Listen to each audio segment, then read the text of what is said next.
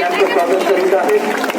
आजचा हा दिवस आहे मुलांचा, आजचा हा दिवस आहे मुलांचा।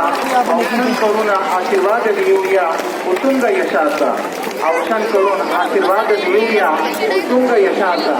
या सर्व विद्यार्थ्यांचं विद्यालयातील जुनियर विभागातील विद्यार्थ्यांनी अतिशय प्रसन्न वातावरणामध्ये त्यांचं औषण करून या ठिकाणी स्वागत करीत आहात।